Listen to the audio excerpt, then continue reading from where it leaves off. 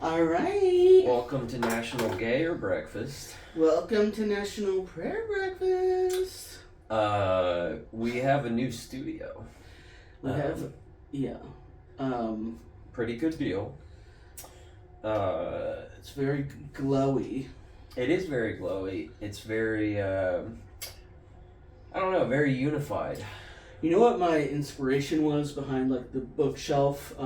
You know those like YouTube videos, like you put on for background noise, like Lo-Fi Girl?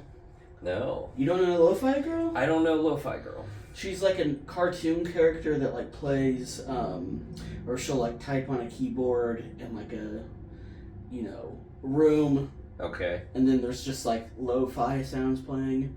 So you put that on while you study or write or painting would be good. Yeah. People will know. People watching know Lo-Fi Girl. She's iconic. Well, yeah. Lo-Fi Girl. I don't know a lot of these celebrities. Well, you're not in touch with Gen Z like me. No, I'm not a Swiftie. I'm not a Swiftie Game of Thrones guy. You're not up on the cutting edge things like Taylor Swift. Yes, and Winds of Earth and Fire, whatever. Yes. Earth, Wind, and Fire. By George R. R. Martin. Do you remember? Do you remember? Oh, number one, it's Veterans Day. Oh. So I thought we could start by just kind of talking about our favorite veterans. And what it means to be a patriot in 2022. Well, I'm torn between my grandfather, who was in the Navy, and he might have been part of like the Gulf of Tonkin. Really? Yes, he retired shortly after that, before Vietnam started. Sure. It's between him or Lee Harvey Oswald. What about you? Well,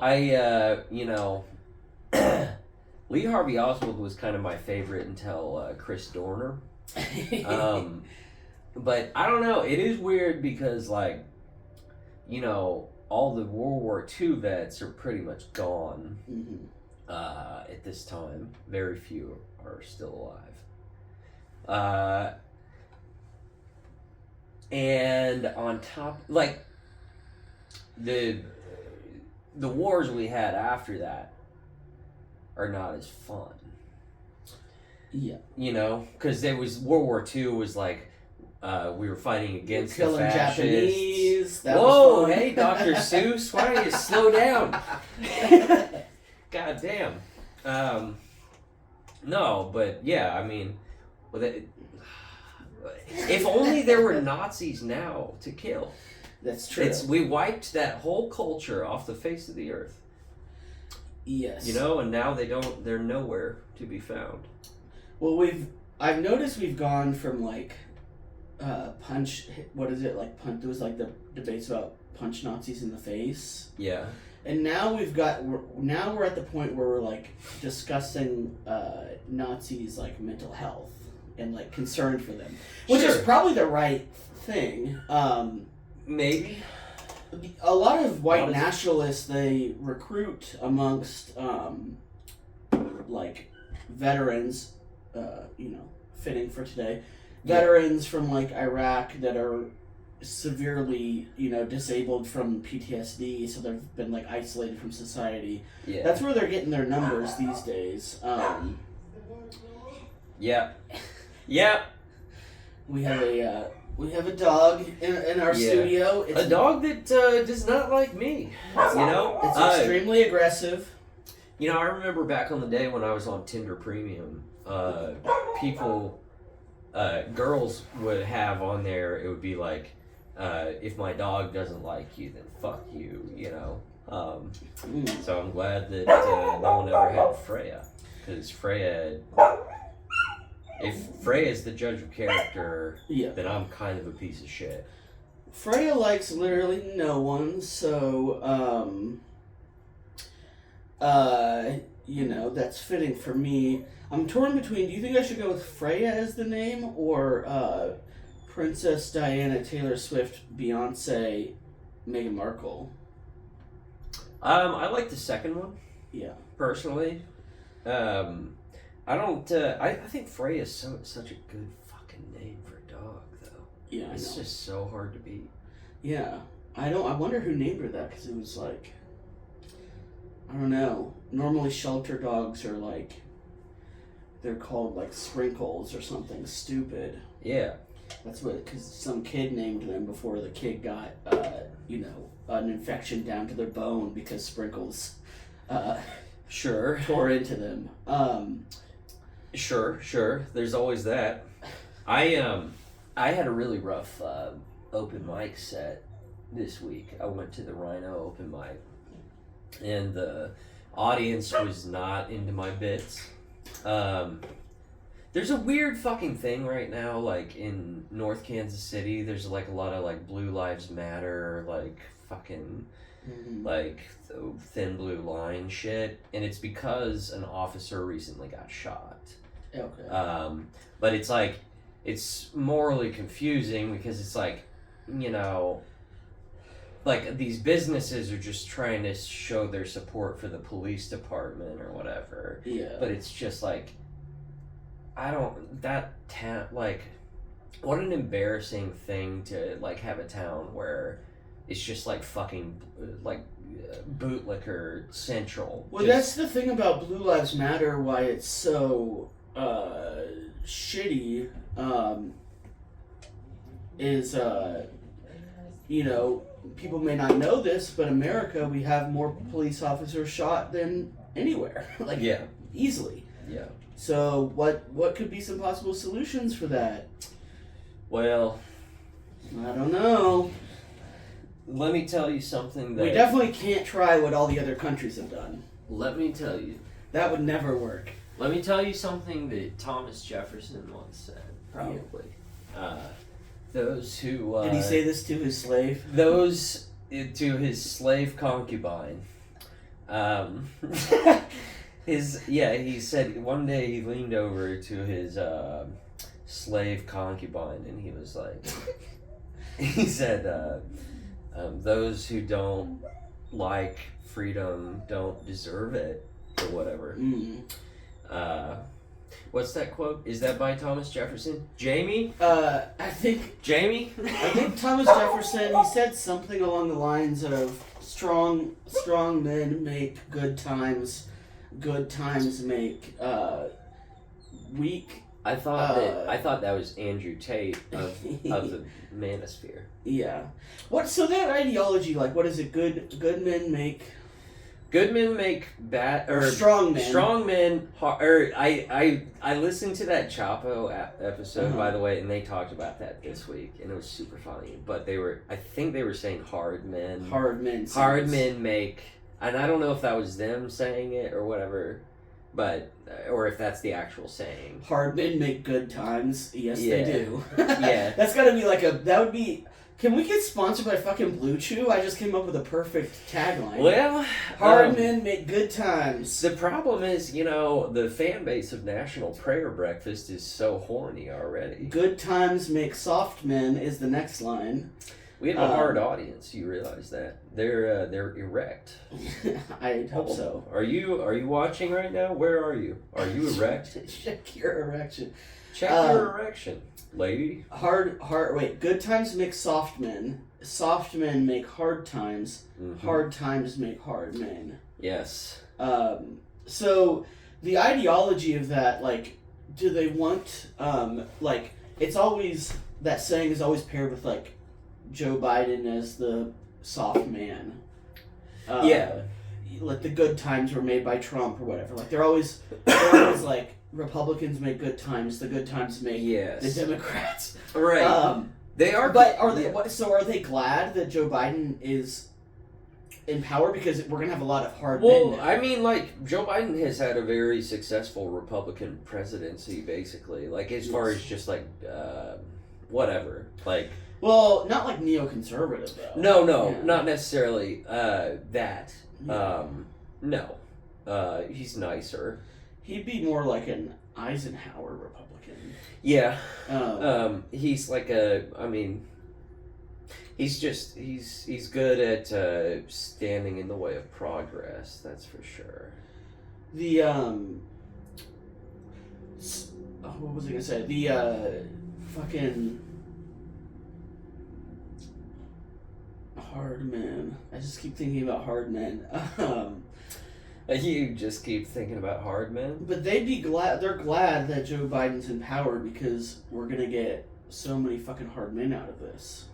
Yeah. Is that what they mean by that, or is I think it's just that the ideology is cyclical in a way that's sort of like, what's the point of, like, if it's all going to go through the cycle anyway, right? Then why even vote for a Republican? Just keep the soft person there, right? And then everyone will be hard for eternity, right? I don't know. It seems like that seems like hard men make good or whatever. Strong men.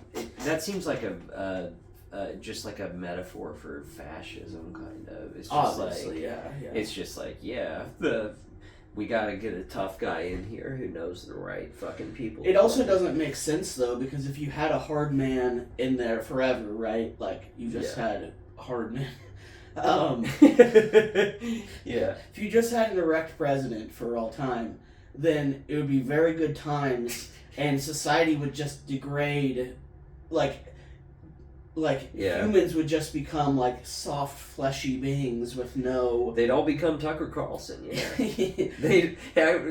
Tucker Carlson has been doing the manosphere shit or whatever, and he's been talking about just like that basic thing. Like he's been talking about hard men not being there anymore or whatever, and it's just like, I mean, he is he's a shapeless. I don't know. Like he's an aristocrat. Like he has an aristocrat's body. Like he's fucking. Why do people have like such blinders on when it comes to like he-men? Like they're just like. I mean, to a certain extent, like Tucker Carlson is manly in the sense that he doesn't have any like morals beyond himself. I don't think he's toxic masculinity is what you mean. He is, but toxic masculinity that is not even backed by anything useful, like whatever actual physical fitness or anything. But I don't know. I'm gonna start being an influencer for how to neglect your body. Well, yeah, it's so funny. There's a huge amount of conservatives that are obsessed with like men need to be macho and fucking fight and Fight Club, but then they look like me and it's like, well, what are you doing? What the fuck are you doing? No, they're eating. That's they look like me, but their secret is they're eating only meat products and oil. Any fucking day now. They're tripping balls because all they've had is salt and steak. I hate keto so goddamn much. It's so stupid. Yeah. Sorry to all of our keto listeners. We gotta watch out for that because our fan base, you never know. Some of them might be into things like keto and multi-level marketing. Well, if we get a sponsor from one of these keto ice cream things, we'll push it. But they've done studies like keto is effective if you stick to the diet, right? Right. And that is to say, any diet's effective if you stick to the diet. Yes. So, like, you could have a diet where you only eat pink foods. You'd lose a fuckload of weight if you stuck to the diet. Yes. But they've done studies and they found keto is the least adhered to. Like, it's the hardest to stick to. So it's therefore the least effective. Right. Even though there's science behind it, like, and on top of that, like, if someone's needing to go on a diet or whatever, like, they're fat. Let me just speak plainly. Right. If someone is morbidly obese, obviously they don't adhere to diets well already. Mm-hmm. So it's not like you're taking someone that's like a gymnast and they're like really good at You're taking someone that already doesn't have good impulse control of like going on a 4-hour binge where they consume 5,000 calories. Right. And you're like expecting them to do the most restrictive, weird fucking thing ever. Yeah. I tell you what, dude, like I've gone through like trying to lose weight a bunch of times because I binge eat and I eat my feelings and like whatever. I let myself do that. I've gotten better about not doing it, but that's just it. The most effective diet for me is just like fucking working, painting. Like, yes. Well, there's a really great podcast we could shout out called Brain Over Binging. Really? And basically their whole thing is like the eating the feelings or whatever. Like it's definitely a thing, right? Yeah. And if you're having a panic attack, like some carbs might calm you down, but right. Most people that like binge eat to the point of obesity, like they're not eating their feelings at that point. They're just it's a habit. Right.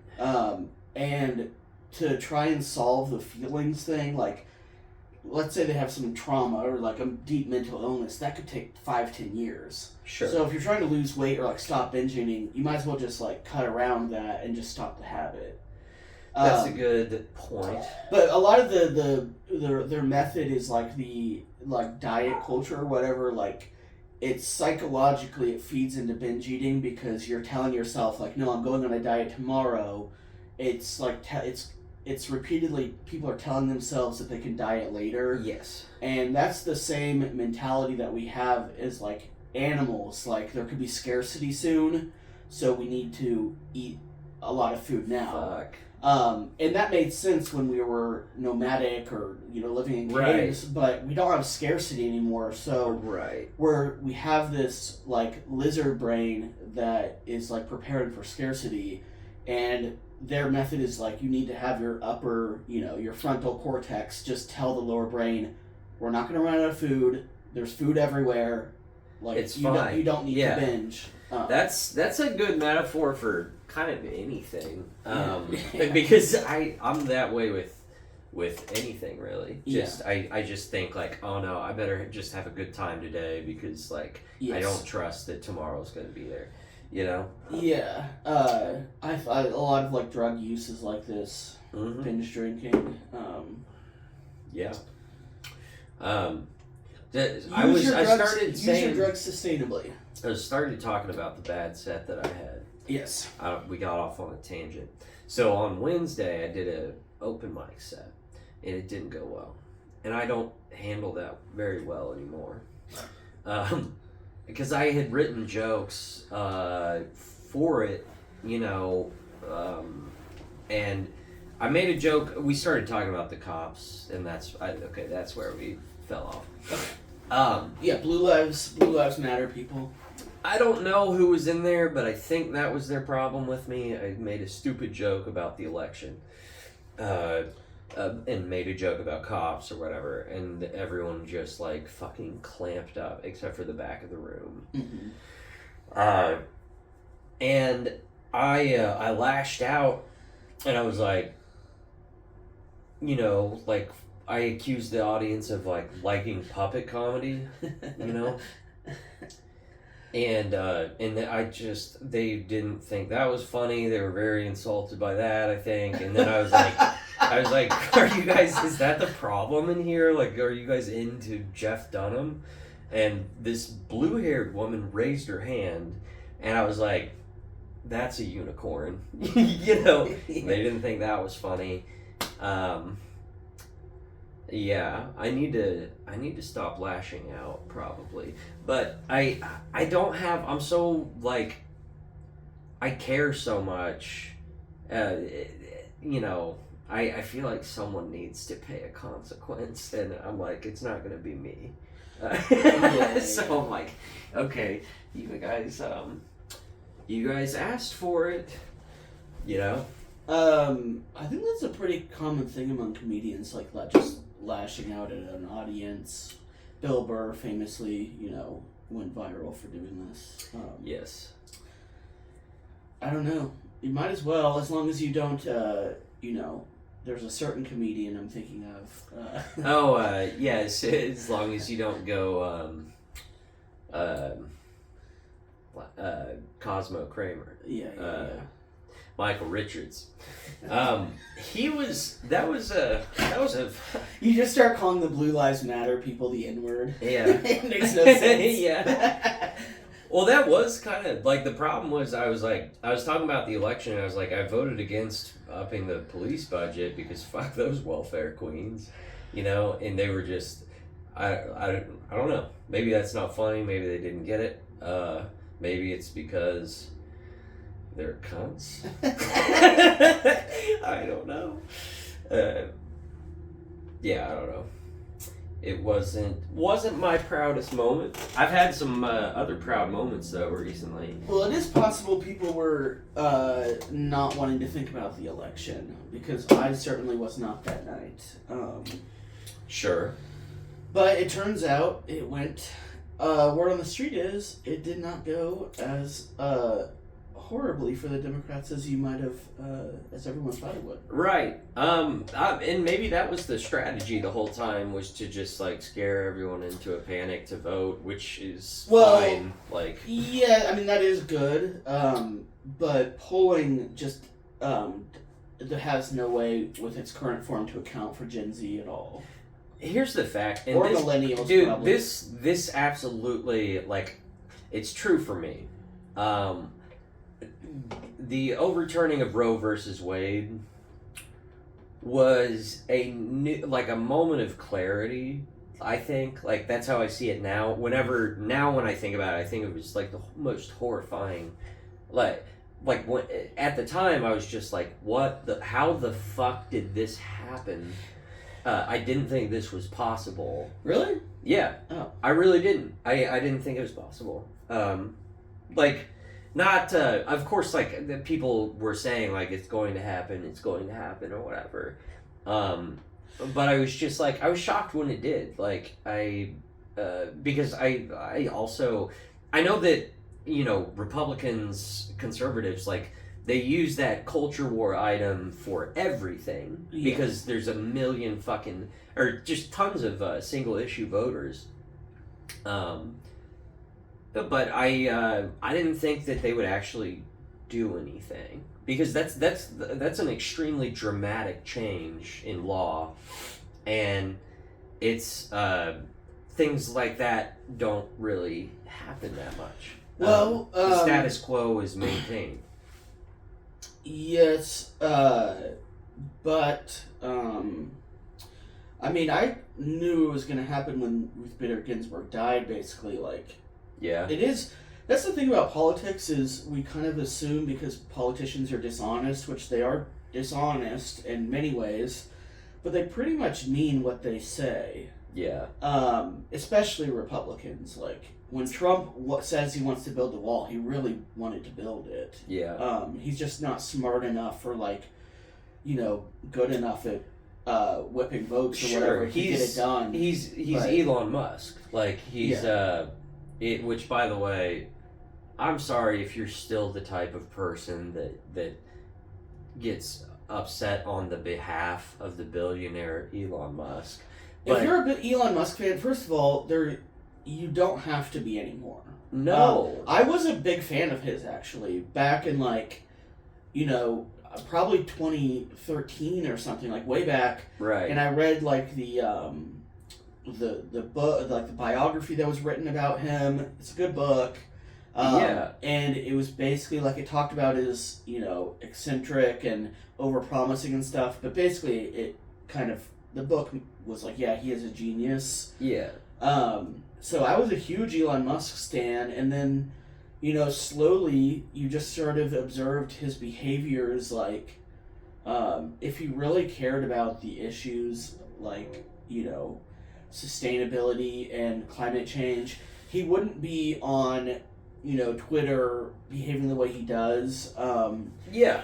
And he wouldn't be like he's a Republican now, he's urging people to vote for Republicans. It's like, well, you don't care about the environment, and it's not like Democrats really have put forth a plan that is sufficient to solve it. Yeah. But he He He does not care about that issue. It could he's not a be more fucking clear. he's a con man. That's all he is. Do you He's a know con man. those kids got stuck in the cave? Like the Thai soccer team got like trapped. in the Yeah, I cave. remember hearing about. They had like a diver go rescue them, and Elon Musk was on Twitter like, "No, I'm gonna design a submarine tonight and send it there to save these kids."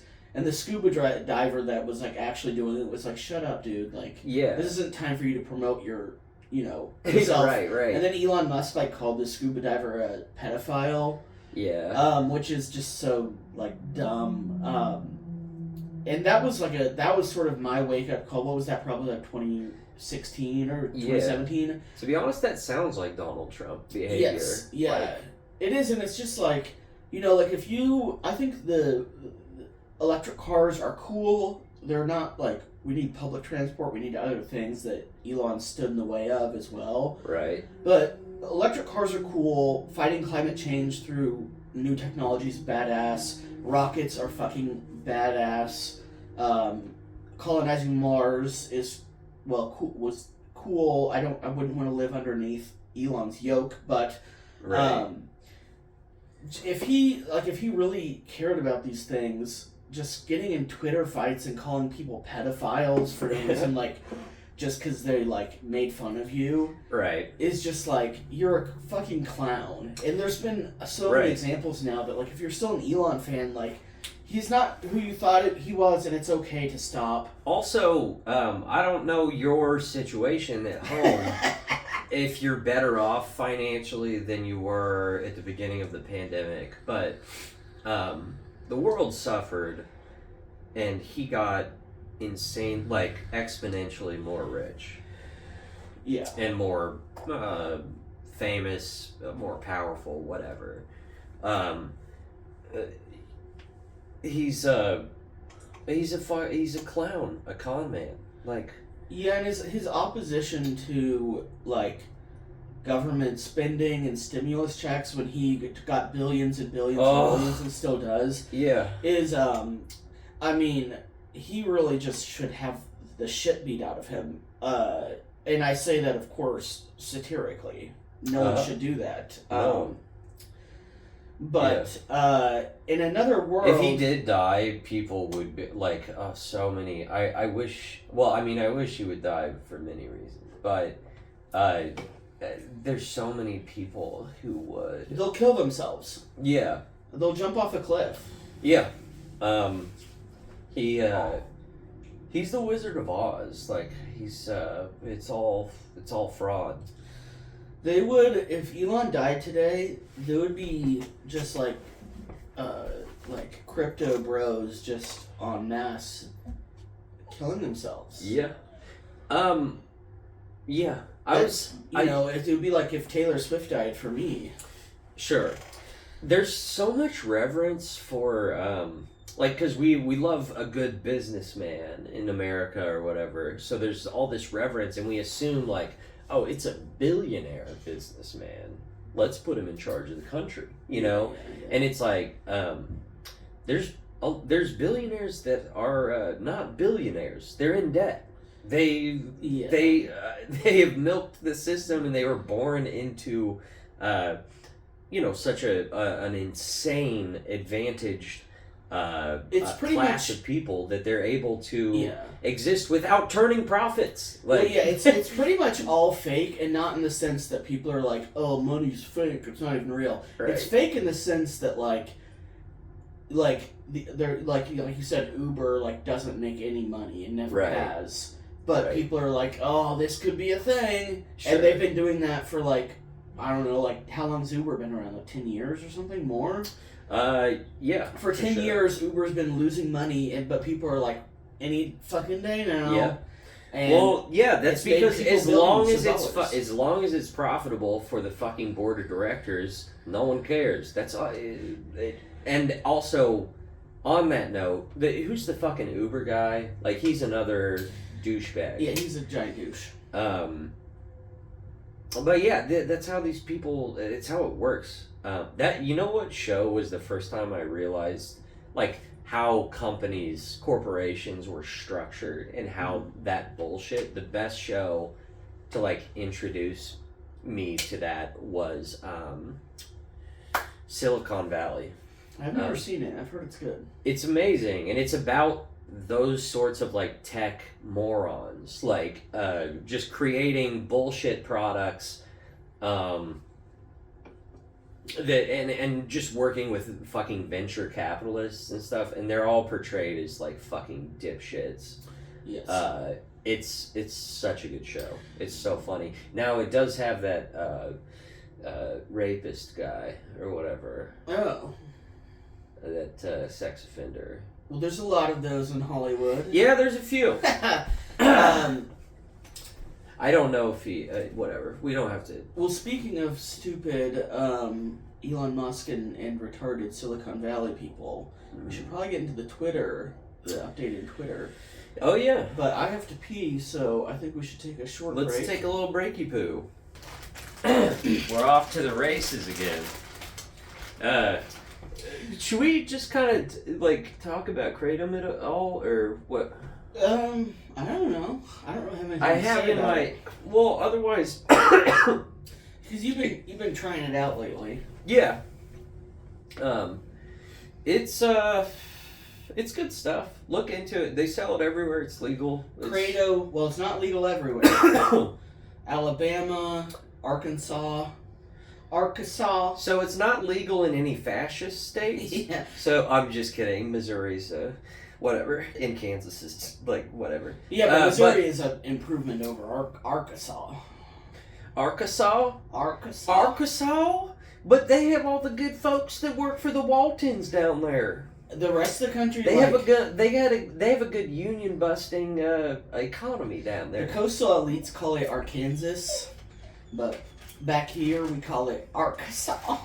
I'm from Little Rock, Arkansas. I'm from Little Rock, Arkansas. Arkansas. Arkansas. Like, it couldn't be more clear it's Arkansas, you know? Right. Arkansas. Just a spoonful of Kratom helps the medicine go down. What's your favorite musical, Keith? As a gay man. I'm not the biggest musical fan, but I like Chicago. Okay. It's a classic. Sound of Music is a good one.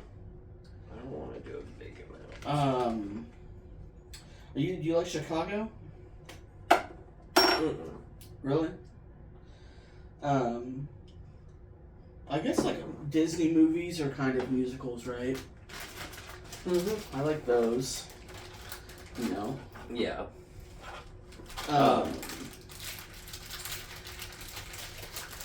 What's the Kratom does not taste good, by the way. Yeah. That's not the point. You do it because it tastes bad, actually. It's sort of like alcohol in a way, like it tastes god awful. Yeah. Not as bad as alcohol, honestly. Like a shot. Oh yeah, yeah. It's so fucking horrible. But also, like alcohol, if you do it a lot, you start to not really like the taste, but it's I think nothing coffee's to me the same way. Yeah, coffee's gross. I'm maxed out on like I try to get the darkest fucking coffee I can possibly get, like the strongest. That's what I want, but that's because my taste buds are gone. Coffee is, or like black coffee is disgusting in my opinion. Like, and I drink coffee every day, but yeah, in the morning. But it's just too much of that taste. In the same way that like the 90% cocoa, dark chocolate. Like I like dark chocolate, but like right those extreme ones, it's just like this isn't more of a good thing. Isn't necessarily better. So Kratom's like that. There's you can tell the cheaper ones taste worse. Right. So don't get it from a gas station. Go to Krato.com. Not a sponsor, but how cool would that be? We become the first Krato sponsor. Pretty neat. That would be. I would love to work with Kratom people. Let's get that Kratom money. Yeah, I'm sure it's probably good. Well, I wonder, like, it's becoming a big thing. Like, it's like leaves of a tree. Yeah. Like, surely they're not cutting down the trees. Like, they're Oh just my collecting leaves, right? Yeah, surely this isn't destroying an ecosystem. Yes. Because if not, why would I do it? No, if if, so, if why I found out they're, like, cutting down forests, I would have to stop. I mean, that's too... But then again, palm oil is in everything, and it's the Indeed. leading cause of deforestation. Palm oil is in just, like, you know, it's in, like, butter. It's just they've added to everything for no reason. It's in conditioner. Really? It's in soap. It's in chocolate. It's in everything. Everything. The universe is mainly palm oil. Is that what you said? Palm oil, like a palm tree. Yeah. Yeah. I decided long ago to not look into ingredients. Yeah. I don't know anything about ingredients. I know that caffeine makes me feel good, and it's the elixir of life. People do get way too into that, where, like, I don't know, they're just like, nothing with high fructose corn syrup, which I'm sure is horrible for you, but it's also like neither is sugar is bad enough. Yeah. It's bad enough that it's like is there really a difference in that? Like, they sell it to soda with real sugar. Yeah. And you see, like, a fat person buying that, and it's just like, okay, yeah. People really buy that thinking it's... yeah, it's kind of criminal. Buying non-diet soda if you're fat is, like, fucking madness. Because usually fat people drink, diet. Yeah. Like, Trump famously said, I've never seen a skinny person drinking Diet Coke. Yeah. And I don't think that diet soda does cause people to be fat, but in a way, drinking a regular soda is sort of a way of, like, a skinny person flexing. Sure. It's sort of like a billionaire burning money or something. Right. They're like, I'm skinny, I can drink regular Coke. Right. It's pretty impressive. Indeed. We were going to talk about the updates on Twitter. Yeah, I think you should lead off with that. So our last time we talked, Elon Musk was proposing a new verification system where instead of being verified by being a public figure, you just pay $8 a month, and you get that blue verification badge that used to be given to people, so we could is this the real Hugh Jackman? You're right. Now anyone can pay $8 and they can be Hugh Jackman as well. Yeah. So that's exactly what happened. It's a bunch of accounts started pretending to be public figures. A George Bush one, verified George Bush, said, I miss killing Iraqis, and then, like, the sad face. And a verified Tony Blair said, like, me too. There was a verified Joe Biden account that was like, I'm literally jacking my dick right now. And which is fucking hilarious, and like, dude, $8 to go viral, just like a hilarious tweet, like, that's in a way it's sort of a brilliant business model, but he has to crack down on impersonation. He said you can't do it, so all these people that are paying $8, he's got to cancel it for them because he can't allow them to keep impersonating, so those people would gladly keep paying the $8 to just troll. Oh, 100%. So, what's also funny, someone pointed out, is like, if you get Twitter Blue, which is the verified for $8, and he cancels it before a month, like, you can totally dispute that with your bank and get your $8 back. Oh my god. So all these people are doing this, like, George Bush, like, I miss dead Iraqi, like, hilarious viral tweets for $8, and they're gonna get their money back. Yeah. It's fucking beautiful, but the best thing is people started doing, fake verified accounts of brands. So there was a Nintendo where Mario was flipping off the camera. And to add fuel to the fire, Elon Musk fired half of the Twitter staff. So these posts were up for hours. Yeah. Oh my god. And one of them in particular, someone made a fake Eli Lilly and Company, which is a corporation, pharmaceutical company that bought the patent for insulin in 1993 for $1, and it takes $10 to like produce insulin, and they sell it for like $250 or something like this. So they made this fake Eli Lilly account and said, "Where from now on our insulin will be free," and Eli Lilly's stock because of this crashed like $30 billion from market cap, and their competitors' stock also crashed. And Eli Lilly was posted like a apology, like this wasn't really us, and it's like, well, you should apologize for not, for it not being real, you fucking monsters. But anyway, the new update is all this happened in like a day, and he is canceling Twitter Blue now, allegedly. See, he's a businessman. He's a businessman. He can do this. He let's get him in the White House. Let's see how long that lasts. Let's see how long before he Twitter blues the the military-industrial complex. You know what's so funny is, like, he's allegedly a genius. I could take his plan and, like, 30 seconds make it something that works. So he wants to increase revenue for Twitter with this membership, right? And he also said he wants to cut down on, like, bots and spamming and stuff. Right. So he's like, if we verify people, they're less likely to be trolls, which wasn't true. Right. But I do think there's something to, if people weren't anonymous, then they're less likely to troll. Like, people aren't trolling on LinkedIn.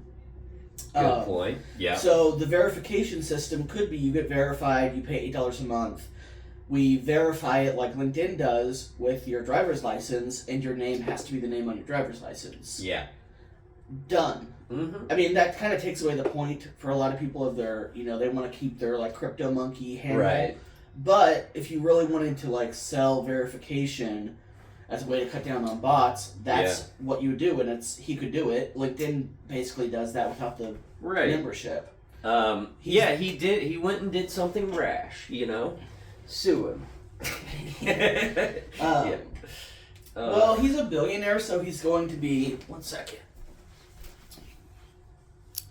Sure, we're good. He's a billionaire, so, like, it's not like he's, he could completely destroy Twitter and he'll be fine, and he'll probably, somehow, like, his losses will be forgiven or something like that. Sure. Like, the government will be like, we're going to pay you $44 billion just because... Hey, It's not your fault.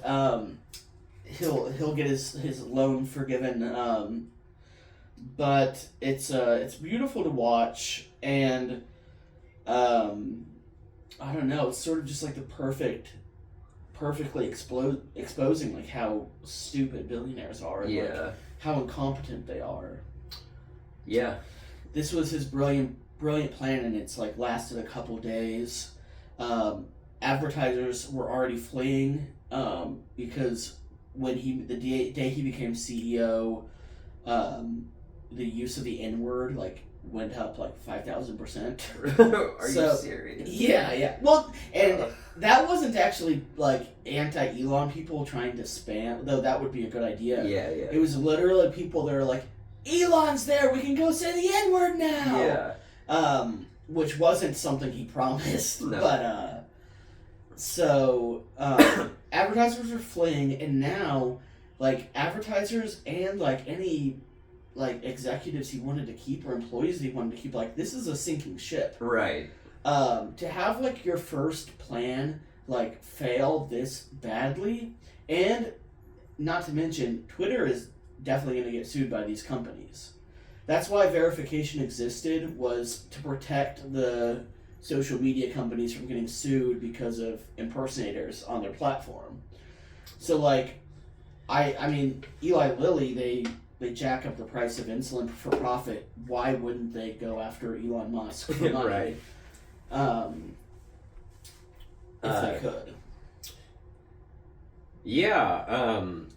So yeah, we like Guys, a good if a you're good on business. Twitter, I don't think either of us are on Twitter. No, Really, but I might because I'm a businessman. Yeah, I might go get an $8 subscription just to. If you guys keep this up, Elon Musk might kill himself. Yeah. So take that for what you will. Indeed. Good times for a change, you know. What do you guys want? Fucking puppet comedy? Huh? If Elon Musk kills himself tomorrow, would it be like? Do you think that would be like a time of reflection of wow, we've really got to stop bullying public figures online, or would it just be I don't know, would there just be memes of Dude, I don't know. I don't know. I hope just memes. Yeah. I enjoy. I hold memes to a higher in higher regards than I do abstract expressionist art. That's for sure. They're kind of the only good thing that's come out of the internet, really. Yeah, they have developed humor. They have they've done their memes have done their part in developing humor as a fucking human species. Truly, I think, the usefulness of them will, who knows how far it goes. I don't know if, memes are going to make, a, libertarian socialist society possible. Yeah. But they have changed a lot, I think, the drug war being a failure and counterproductive is common knowledge because of the internet and memes. Yeah. I think the radical shift in the views of gay marriage is because of memes and stuff. Yeah, there's a lot of issues. A good fucking meme makes sense, and it's just hard hitting, and it's yes. Oh fuck, that's a good fucking joke, or that's a good point. If you can take information and turn it into meme form, you can win people over on a political issue. And that's why we're making Randy a meme graphic novel. You've got to have a painted fucking meme. You've got to have Elon character in there. Oh, I plan on it for sure. But the thing is, I put Steve Jobs in as a character because he's already dead. Although, maybe because Randy and I'm gonna have the second chapter done soon. I promise. I've been fucking busy, so. He's been busy bullying Elon. Yes, I've been. Yes, I've been on the Truth to Power Express. Anyway, what was I saying? Randy. Oh, Randy. That's a good thing. We need to talk about that. The Patreon. Which is patreon.com/Aaron Scarborough. It already has chapter 1 of my graphic novel, which, like I said, it's memes basically of my paintings.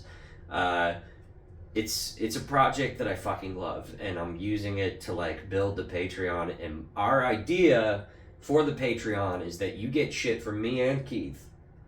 You get fiction from Keith. You get, and I'm gonna have him talk about it in a second, but you get exclusive stand-up videos and whatever. And I know that it's just my artwork and our artwork, our fiction, but it's good already. It's going to get better, especially with more funding, and we're fucking excited about it.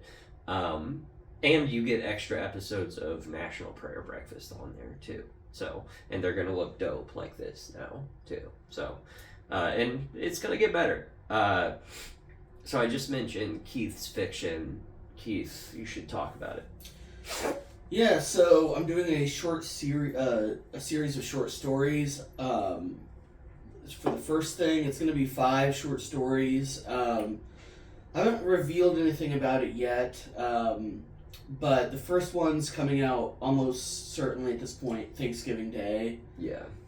So that week I'm gonna have teasers about it and some more info and like revealing, you know, the first story's title and everything. So I'm excited about it. I think I like that our Patreon, like, you know, we're gonna do bonus episodes of this show, which is more of like comedy, topical events related, but our Patreon's gonna have like creative stuff of like, you know, different sorts, like your artwork, Randy. My short stories are not like this podcast. Like they're more like drama, horror. Yeah, but funny as well. You can't help yourself. Yes, like they're funny. so like I think I find the stories to be humorous. And I think when people read it, like, I'm not sure, they might just think, like, this is so, like, this is negative and just, like, I don't want to read it anymore. But the way I think of it as funny is, like, Romeo and Juliet, at the time, like, people saw that as a funny story. Not that my work is Romeo and Juliet. Yeah. I just want to throw that out there. Yeah. But we think of Romeo and Juliet now as, like, oh my god, this is like the saddest story in the world. Like, right. These teenagers were in love, and 3 days later they killed themselves because their parents didn't want them to be together. And at the time, people understood, like, these kids are fucking stupid. Yeah. Like, kids think they're in love so much, then they kill themselves 3 days later. Like, you kill yourself? Yeah. And it was, like, it is a drama, but in a way, like, it did have this humorous thing of, like, kids are stupid and they're killing themselves because their parents don't get along, like, right. And I think that's the sort of humor that I want to evoke in my writing.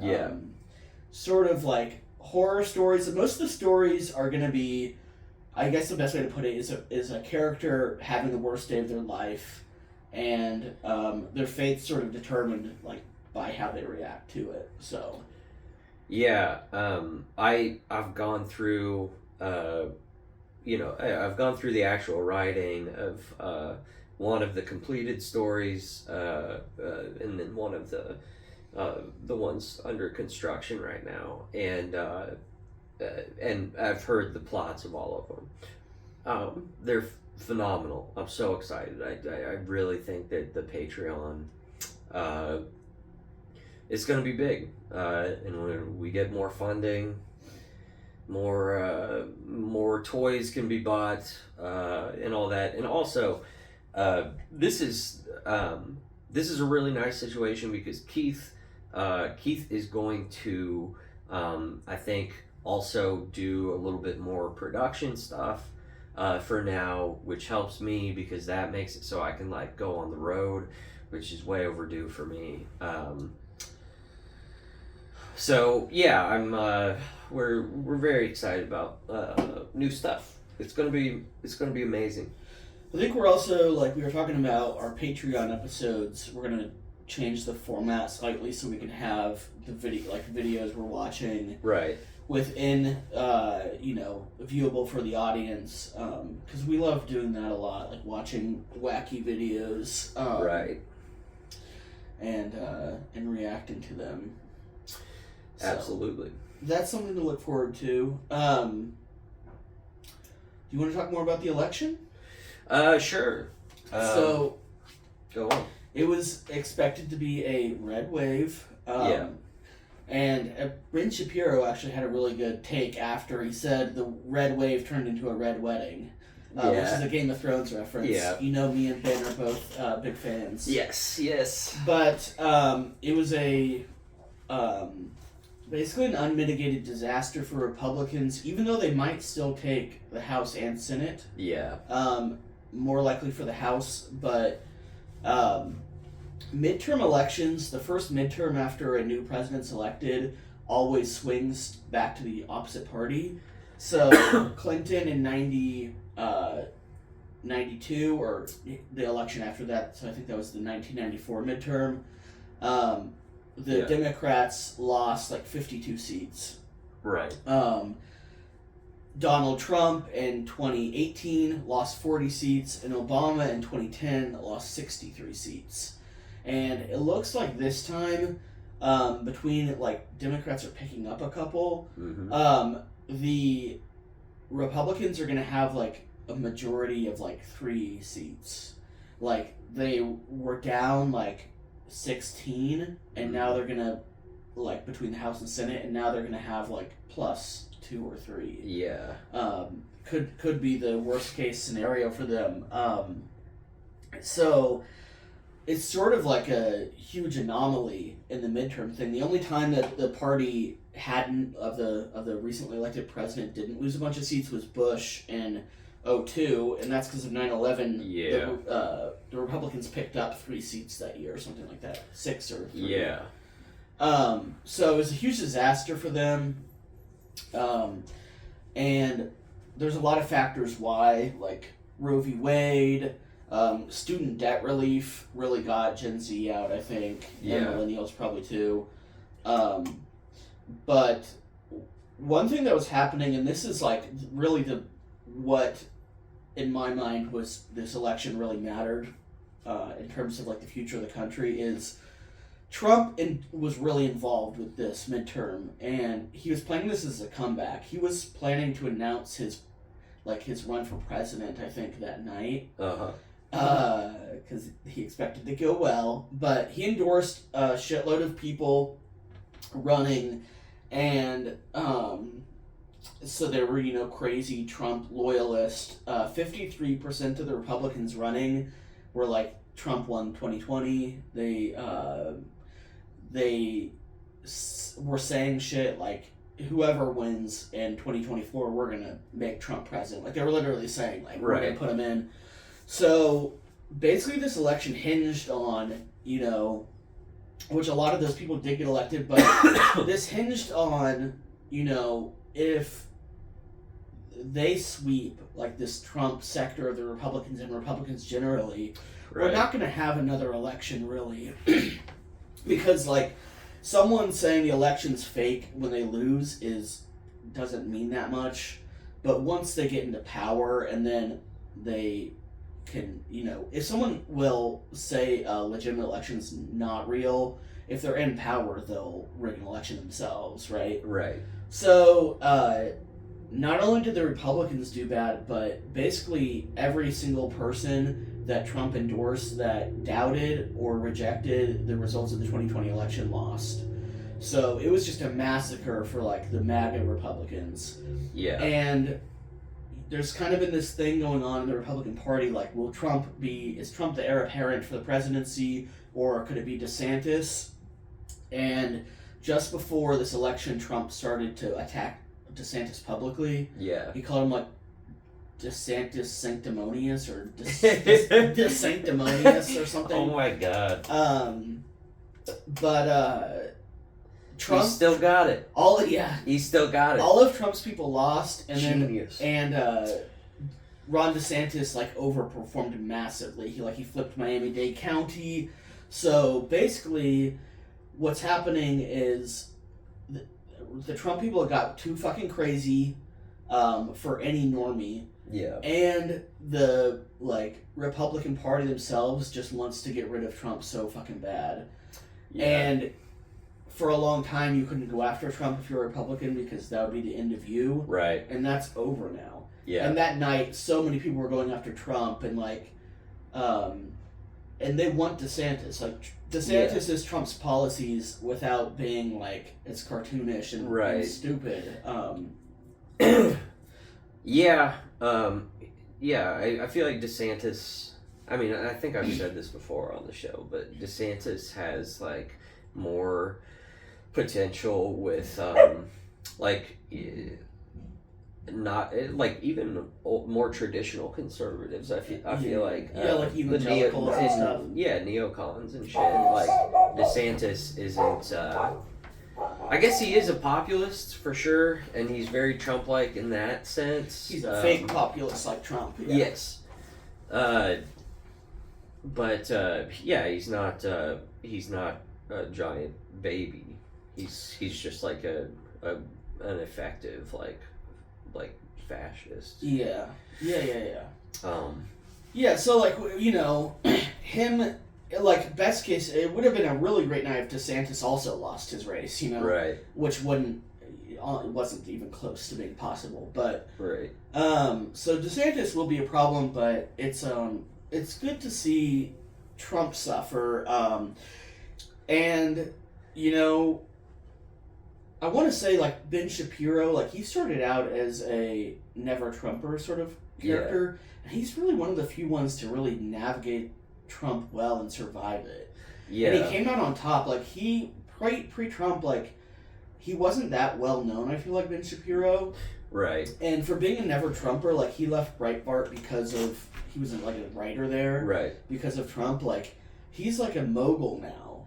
Yes. And he got oil money. Yeah. Yeah, I mean, like, he not only survived the Trump era, like, being anti-Trump, but he flourished. Yeah. And I remember hearing Ben Shapiro's take on Trump, like, many times, and it was always just like, I don't agree with everything he does, but he was good at not pissing off his base. But yeah, I don't think someone like Ben Shapiro is actually capable of liking Trump. Like, I don't know. I think he is. He's smarter than knowing that, like, Trump's thing wasn't sustainable. Yeah. Ben Shapiro is above everything else. He's good at appealing to his people.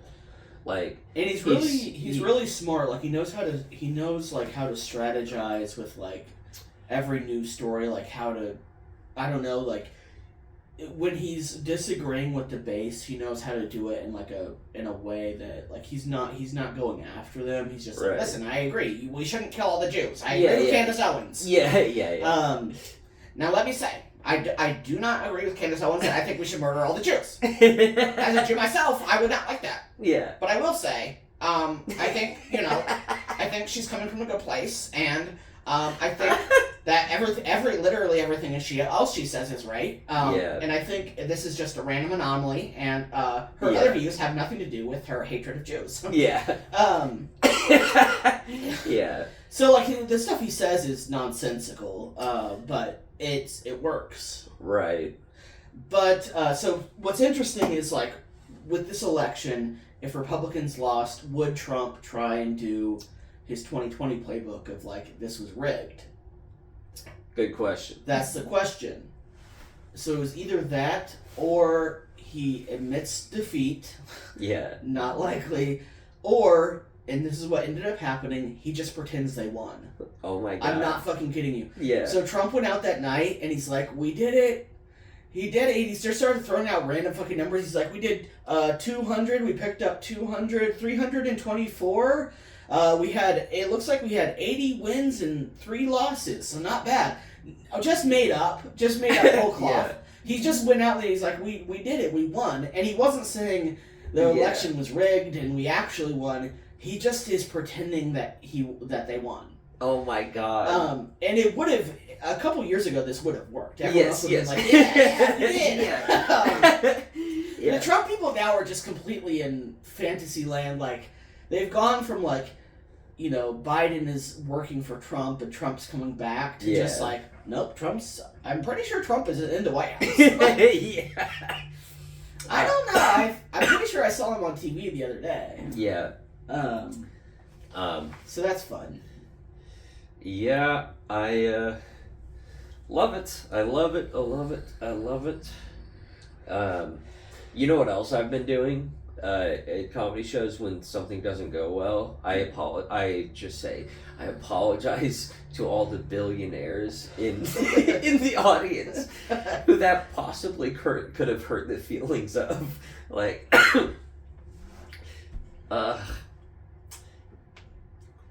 Aaron, you gotta stop shitting on billionaires. We could get one of them to fund us. Probably Soros.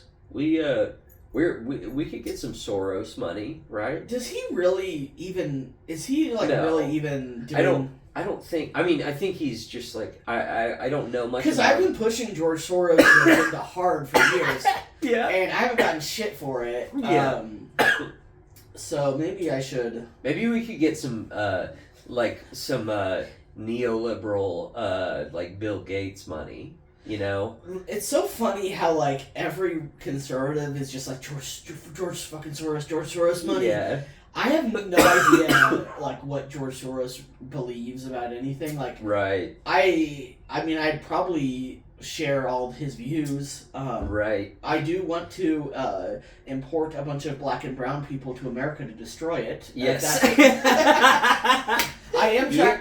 You caught me. I am trying to start a race war. I do control the banks, yes. but I have no idea, like, George Soros, like, I know nothing about him. Right. And, like... yeah, nothing can be really known because the only person to learn about it from is Alex Jones. Yeah. And he's not doing great. Yes. The Mercer family, they're one of the big ones, and they're funding Turning Point. They fund, I think Breitbart. Are they?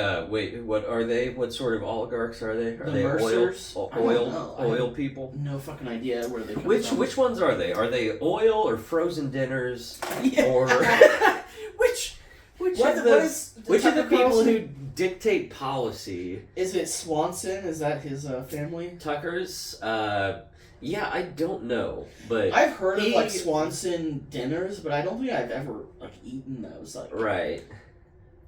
Do they make chicken pot pies or something? Swanson dinners. I don't know. Probably. It's probably some disgusting fucking microwavable slop. So there's the Mercer family, there's the Murdochs, they're a big one. Yes, the Succession people. Robert Mercer, hedge fund manager, computer scientist, and political donor. Ooh. So he's, his daughter, Rebecca Mercer, she's one of the cretins. Yeah. Funding all these right-wing hacks. Good times. I'm gonna check how long we've been going. Rebecca? Here's Rebecca. Yes. Yes.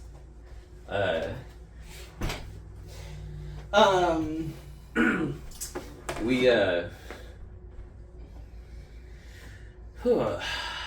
This is a fun setup, you know? This is more, I feel like we'll draw more of an intellectual sort of crowd with this bookshelf. You can tell you're a man of taste. I mean... you're an overgrown child. Yeah. We got J.R.R. Tolkien. Well, wait. These are very tasteful fantasy books. And very tasteful editions, you know? Like, I like this one from Barnes & Noble. Yes. These are always dope. Like, I've always wanted to buy one. Well, if I can defend myself, I'm not exactly reading, Star Wars. I'm reading the Dune. If I may. Dune, the more advanced, a little more highbrow fantasy worlds that I live in. Yes. I mean, I would love to colonize the booktube. That's what they're called, booktube. Booktube? Yeah. Yeah, I mean, I like reading. You like reading? I like reading. You're into a lot of nonfiction. I had a phase, but that was alongside. I made myself read a couple Vonnegut's. Yeah. And I read The Devil All the Time, which was phenomenal. It's by this guy named I think his name's Donald Ray Pollock or something. Look it up though. The Devil All the Time. I think that's what it's called. It's like Cormac McCarthy, except for it's not as... it's extremely good storytelling, but it's written by a guy, a working class fucking truck driver guy, I believe, a union man. And it's this horrifying, they're making a Netflix. They already made it. It's terrible. Oh, okay. I was gonna say, so you don't have to read it if you're... Yeah. The Devil All the Time. Didn't it have Tom Holland? The Spider-Man kid? Yeah. Or wait, are you looking at Devil in the White City? Dude, those are some faces. Yes. Okay. Yeah. That's a fucking. So there, it's like this really fucking dark story, and it's a universe, based on some sort of community in like Ohio. Knockemstiff, I believe, is the name of the town. And it's this universe where there's like all these heinous things going on. There's a serial killer on the loose. You know, they're like it's like a Bonnie and Clyde but serial killer sort of couple. There's like there's like people killing themselves. Should I read the description? A young man devoted to protecting his loved ones must face off against corruption and sinister characters in a post-war backwoods town. Yeah, so is that the description of the movie? Yeah. Yeah, the movie sucks, I'll be honest. They, although I might have liked the movie if I hadn't read the book. But it's a good fucking book. I mean, yeah, the books are pretty much always superior. It's got a 64 on Rotten Tomatoes, so that's not bad. I also, do you know about Sam Talent's Running the Light? No, I do not. It's fucking phenomenal. So Sam Talent's this dude, who he's from Denver, originally. He might live there again now. I don't know, but I've known him for a few years. He's every comedian's favorite comedian, and I will say, like, he is as good or better than anyone at the act of stand-up comedy. So look that up. And look up his book. It's called Running the Light. Yes. Just do it for yourself. It's a novel about a stand-up comedian, and it's emotional. Book cover. It's incredible. He's phenomenal. Yeah.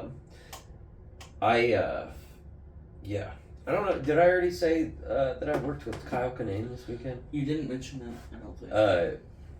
Kyle Kinane. He wrote the foreword for He's the fucking man. He wrote the foreword for Sam Talent's book. He's the type of comedian that people have a love for Kyle Kinane that's like no other. They follow him, and they turn out for shows. It's a cult following. Like, it's people who are they love Kyle Kinane, and comics love Kyle Kinane too.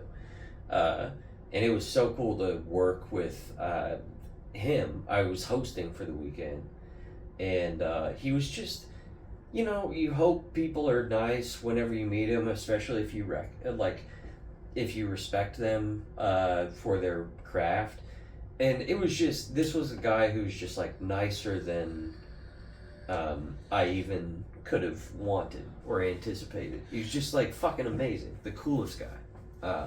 And he crushed all weekend, and I got to see him adjust his material, as the weekend went on. He's very well written, very verbose.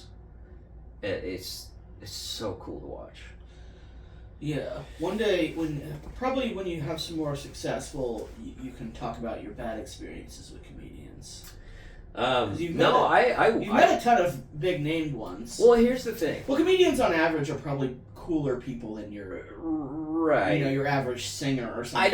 I don't see that it's necessary to drop names or anything when it comes to shit like that, but I would love to talk about just like stories without being specific. Well, yeah, you really don't want to expose anyone unless it's like atrocious. Yeah. Or unless they're already getting canceled and you pile on. Right. Yes. Oh yeah. You got to pay attention to that. Then you can. I also had a bad experience with Ellen. Yes. Yeah. Have you met Ellen? How is she? Yeah. I met Ellen when I was opening for Cosby. Yeah. The other day we were talking about Cosby, like he's free now or whatever, and I googled like Bill Cosby tour, like is he touring again? Yeah. And it was like it listed people listed dates, and it was dates that were like in October and November. I'm like, oh my god, he is, and like one of them was like November 17th, Carnegie Hall, and we're like, Bill Cosby's performing at Carnegie Hall. I remember that now. Yeah. But it was from 2014. Yeah. For a minute, I was like, oh my god, like. Because, what like, the fuck happened? Yeah. Louis C.K. is having, like, a comeback and, like, that, you know. Yeah. Whatever, you yeah, get. But... and it was 2014 when we all, we all knew, like, there were rumors, like, for a long time. Yes. I don't even know, he probably already had a court thing by then. You know, right? I don't know if I had heard the rumors about Bill Cosby myself. I'm not as plugged I heard into that about it as a you, long time before he was in prison. Like, yeah. I feel like. The Hannibal Buress famously like went viral talking about it, but I don't think it was on my radar before that. Right. The Louis C.K. that's some recent juice. If anyone listens to the Red Scare podcast. Wait, Louis was on Red Scare? No, he's allegedly dating Dasha. Get the fuck out of here. No, like people have seen them together. Like this is. That's what people are saying. That's such a... wait, did you just make up a rumor? No. Parker told me this. I googled it. There's people are talking about it. There's like a video. That's fucking hilarious. Isn't that crazy? Yeah, it is. How? Louis C.K. is the new Pete Davidson almost. Like, yeah. Oh, absolutely. That is almost more unlikely. He's a bad boy. But like Louis C.K. and Dasha is more. That's crazier than Pete Davidson and Kim Kardashian. I will say it's a little disturbing. Well, it's disturbing. It's very much a inversion of the natural order. Right. So, you know, allegedly that is true. We'll see. I will say if he's got a lot of money, Louis C.K., I wouldn't date him. I mean, I am married, but Louis C.K., if you want to jerk off in front of me in a room, I'm cool with that. Yeah. Well, I mean, I would be cool with that, like for the right price. Oh yeah, that's what I mean. Yeah. Yeah. Well, even just the clout. Just the clout. Yeah. Just the respect you would get. Because allegedly he stopped that way before it became like public, like he got canceled for it. Though I did hear about those rumors prior to his cancellation. Right. But allegedly, like he stopped that quite a while ago. But it'd be so funny if like he relapsed and it was me. Like he's doing it in front of guys now. Yeah.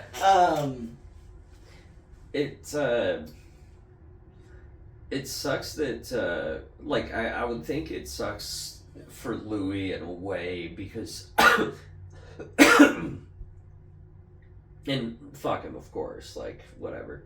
But it would kind of suck to be kind of thrown into the same category as like just like comedians that right wingers love, like, you know, they don't really love him. They love that he got canceled or whatever, and they're like, yeah, he or whatever. I haven't watched his special, but from what I've seen, like he hasn't done what some people do, where like he's leaning into like, this is my audience. Like he still has the same opinions. It seems like that's good. Yeah, he's a principled pervert. Yeah. He did support Hillary. I don't know if you remember that, but whatever. I mean, he's the age of the. He's like a boomer liberal, basically. Yeah. So he's to him, Hillary is. That's. Yeah. He's like, I wouldn't just jerk off in front of her. I would vote for her. Yeah. Yes. Do you think he would jerk off in front of Hillary? I've thought about it. And yes, I do. I've pictured it many times. I haven't looked up his... I'm sure they were all, like, gorgeous women. I know, like, one of them was Sarah Silverman's sister. And, and him and Sarah Silverman were like really good friends. Like Yeah. before either of them made it. So Right. I'm not sure what's going on there. Was she one of the ones that came forward, or Her sister did. yeah? Okay. Her sister was in her like TV show. Like she's an actress too, but Okay. she was like working for Louis or something. And I think she was the one, like she said, like she obviously like she wasn't like cool with it, but it didn't like Yeah. bother her. She said like she would just like read a book while he jerked off in the corner. Oh like, my god. It's fine. Yeah. Yeah, she'd be like, yeah, it's fine, and just like, Yeah. this is fucking weird as shit. Yeah. I've seen that clip of him saying, like, to the audience, like, you're so lucky that no one knows what your thing is. Or whatever. Yeah, or that you don't, that's not your thing. Yeah. That's some good karma, not being into furiously beating your dick in the corner of a room. Yeah, I think there is a misconception about cancel people, though, that their life's hell. Yeah. Because apparently, like, other comedians have, like, I think Nikki Glaser was like, so what's it like? Are you just getting accosted every day? And he's like, no, I mean, like, a couple times people, like, said something, like, once. Like, Yeah. was like, he got canceled, like, on the internet, like, it was the biggest thing. Yeah. And apparently, like, in real life, someone was like, hey, you're gross. Yeah. Like, that was the most that ever happened to him. Like, yeah. we really like to, I mean, I'm sure for people it's painful, like, losing their career, but, Yeah. you know. Well, but it is, like, public shaming is, like, more of a fear tactic, I think. Yes. Like, it's made to, like, kind of scare us into good behavior, even though it's not as bad as it seems. I mean, it does make people kill themselves and stuff. Yeah. So it should, you know. Well, I think it really depends on, like, you know, how much, like, I guess in his scenario, like, he had so much money that he'd be good for life anyway, and he's had so much success, like, maybe he doesn't have a pathological need to be loved by everyone, and is just fine being a niche, playing to a niche audience of conservatives that are, I don't know what the... You know, I know I'm not really interested myself in going to see Louis again. Yeah. I'm sure his content isn't as funny either. Probably not. But if, you know, Louis, if you do want to jerk off in this room while we film the podcast... We'll do it. Yeah. Louis, if you want us to, we'll film you. Yep. We'll set up another camera. And, you can come be a pervert here. You can just jerk off into this plant so we get clicks. Yep. Hey, we're all perverts, you know. But, except for me, I'm kind of a Puritan. You know, yeah. Missionary. You're just like vanilla is what you're saying? Yeah. Yeah, I'm, same. I'm very outwardly, I'm just constantly making, like, sex jokes and posting, like, sex-related memes, you know? Yeah. But it's really... No, what it really is, and this is a thing, because I'm very vanilla in real life, and I think it's, like, that's my humor, and it's, like, an interesting thing to me, because I was a late bloomer. Yeah. I was, like, looking... like inward at sex from like, you know, the outside, like it's such this like crazy, mysterious, intriguing thing in a way. So like I'm fascinated by like someone that lost their virginity at 15 or something is probably like, oh, it's just sex, like another deal. But when you're 21, you know, you're like, whoa, what's this thing? Like, sure. I think that's a big thing. Like people that are very sexual or like make sex jokes or like, you know, girls that are sexually, like, dress sexy are probably very, very, boring in bed or... Yeah. Like, you know, like an Ariana Grande, like, she's just, like... every Ariana Grande song is she's like, I need 10 dicks at once. Yeah. Or like, I need 10 dicks at once. Right.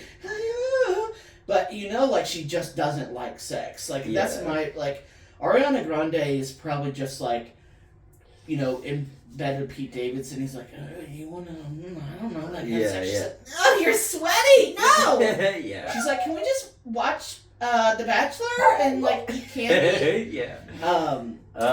Yeah. She's got to be a fucking, I don't know, limp noodle. But then someone that's like, a lady in the streets. Those are the types that just let loose and are just 100%. fucking wild. I don't know if that holds true with everything. Like Cardi B is very sexual. Yeah. I imagine she is a freak behind doors as well. Something. Maybe. Maybe that's just racism. Maybe that's just my. What is she, Puerto Rican? Well, I don't know. I don't think we should start that guessing game. What Cardi B's racist? Yes. Just throw it at a dartboard. It's just aim for. Well, I think she is Puerto Rican, as well as Ariana Grande. I think is Puerto Rican, or is she black? Do you remember that Ariana Grande song, "Seven Rings"? No. It was like the one that was with the Sound of Music, My Favorite Things. Okay. So like instead of like, oh god, whiskers on kittens and rose-colored mittens. Wait, who was this? Ariana Grande. Okay. So like, I thought it was our old friend. Who was that? Like fucking neoliberal bitch from Instagram who like she has Missy Model? Missy Modell or whatever. Yeah, Model. Is that her name? I don't know. Wait, Missy. Look. Yeah, it was like Missy something, and she has all these. If you go back, it's so sad to look at now because they're parody songs like Weird Al or whatever, but it's just like changing the words to Black Eyed Peas to I Love Fauci or something. Yeah.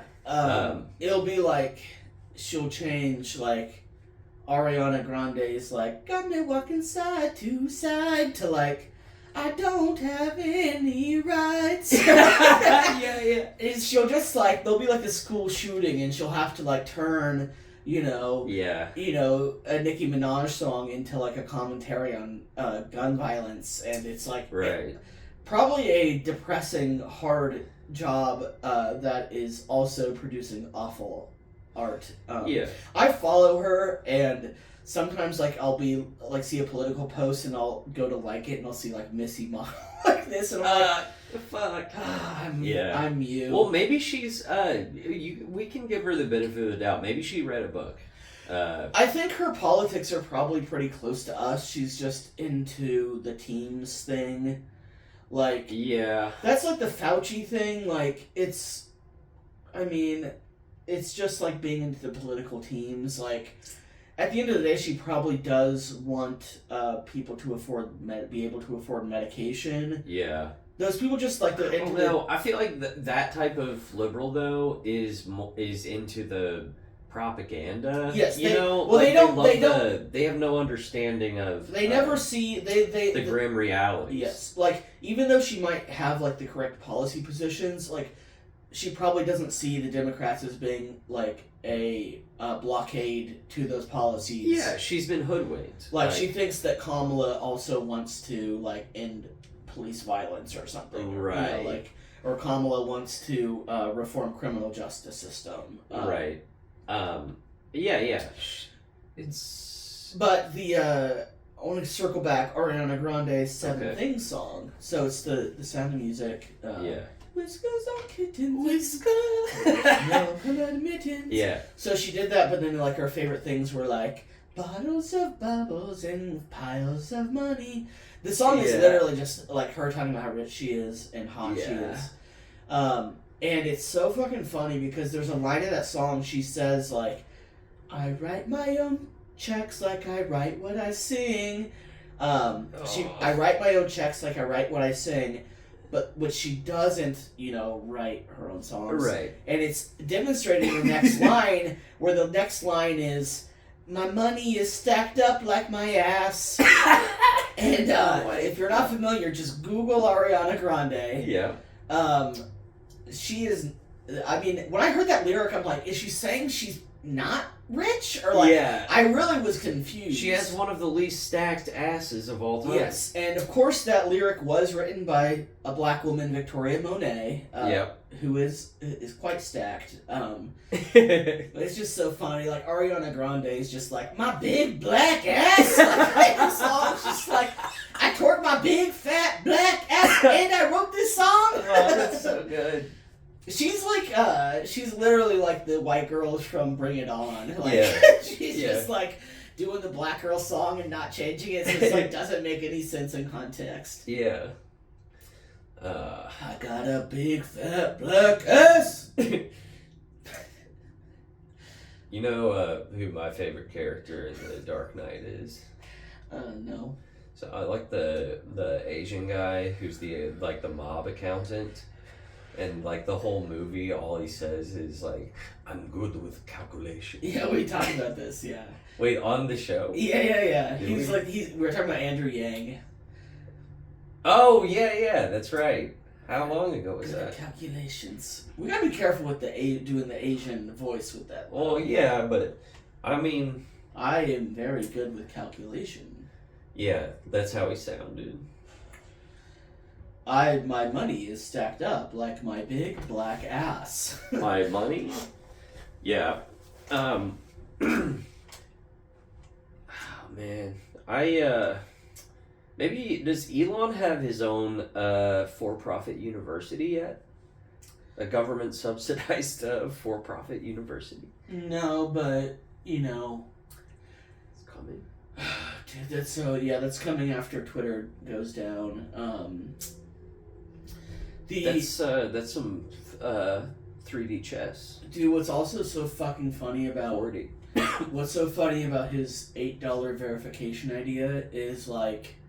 He's losing advertisers, which is what all of Twitter's revenue was.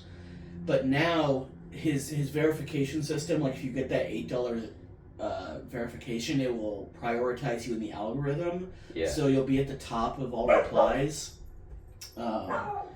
And people will like see your tweets more often. Okay. So, even if like a bunch of people, like accounts buy this, because... If you're trying to like promote some scheme like crypto or whatever or NFTs, that's not a bad price, like $8, and you get priority on comments. So now, literally anything on Twitter, I mean, I guess if he does go through with getting rid of this, but like in that system, let's say Chrissy Teigen posts a picture of her nipple or whatever. All the top comments are going to be like crypto people, like buy this NFT, buy this NFT. Sure. And because of that, advertisers could just, instead of paying a shitload of money for ads, they could just pay $8 and just spam every comment section.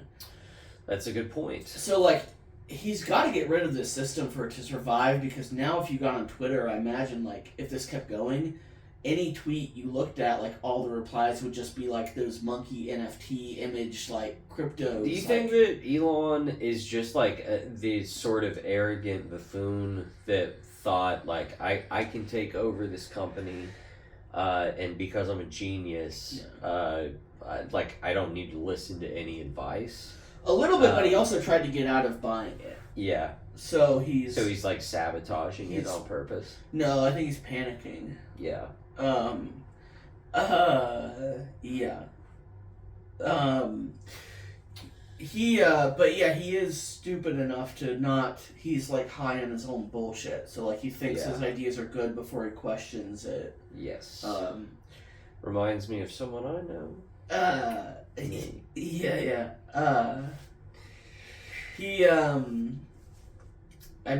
tweeted something the other day. He's like, we're going to make a lot of changes at the beginning here, and whatever works will stay, and whatever doesn't is going to go. So, I guess what we're saying is go get on Twitter and go bully Elon Musk. Indeed, yeah. Yeah, do it. And sub to the Patreon. We've got more Randy coming soon. We've got my short stories. They're gonna be, the first one is gonna be roughly like 4,000 words, so pretty short. You know, some of you may not have read a book cover to cover in years or ever, so I would be honored if this would be the first fiction you read in a while. Yes, indeed. It will be quite accessible. Very accessible to those who have felt suffering. Your books are they evoke like human suffering memories. Yeah. The first story is quite grim. It's kind of it's great. It kind of reminds me of Barbarian a little bit, Yes. which we'll talk about in a new episode because I still have to finish it, but I fucking loved it. Yeah. Anyway, That's a good one. Do you have anything else to plug?